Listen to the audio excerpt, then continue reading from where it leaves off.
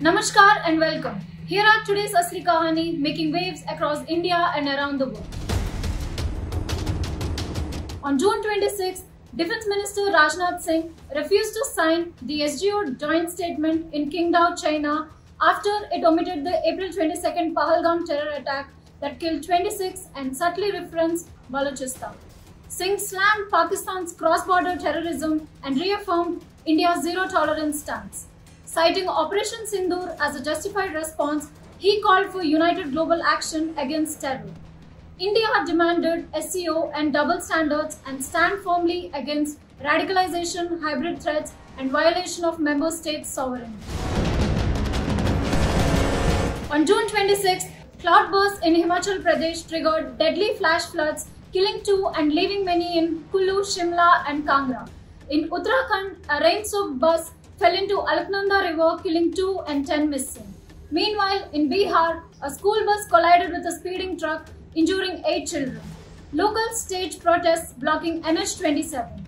Rescue efforts continue as weather warnings remain active across the northern belt, highlighting India's fragile monsoon preparedness. On June 26, the World Bank approved a $426 million loan to improve water security in Bengaluru under the Karnataka Water Security and Resilience Program. The initiative will revive 183 lakes to control flooding, connect over 1 lakh homes to a sewage network, and build 9 treatment plants. It also boosts disaster readiness and private investment. With a 20-year repayment window, the program aims to modernize water infrastructure, reuse treated water, and protect Bengaluru from future climate extremes. On June 26, NATO leaders agreed to raise defense spending to 3.5% of GDP by 2035, responding to US President Donald Trump's push for a 5% target. The plan reserves most funds for core military needs, with 1.5% allocated for broader support operations like cyber defense and infrastructure. The move aims to counter rising threats from Russia and reduce reliance on US funds. NATO allies will review progress annually, avoiding forced treaty changes but signaling serious financial commitment to security. West Asia remains tense as Iran's Supreme Leader Khamenei's public absence sparks succession fears. In Gaza, doctors warn of rising infant deaths and severe baby formula shortages under Israel's blockade. Meanwhile, Trump signals possible easing of oil sanctions on Iran, and France confirms drone interceptions aimed at Israel. The US Supreme Court ruled the Palestinian Authority can be sued by American terror victims. As geopolitical fault lines deepen, humanitarian concerns and shifting alliances dominate the region's volatile landscape.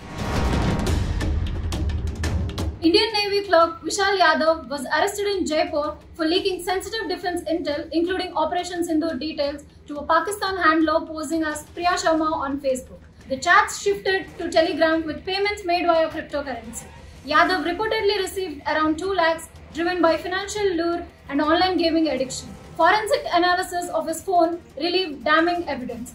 Authorities call it a serious breach of national security, exposing vulnerabilities in digital communication and defense personnel monitoring. Wrapping up, we welcome you to the universe of Asli Kahani, where stories aren't told for views but for change. Like, share and subscribe to support journalism that slows down, digs deep and doesn't talk over you. Drop your thoughts in the comments and let us know what you think.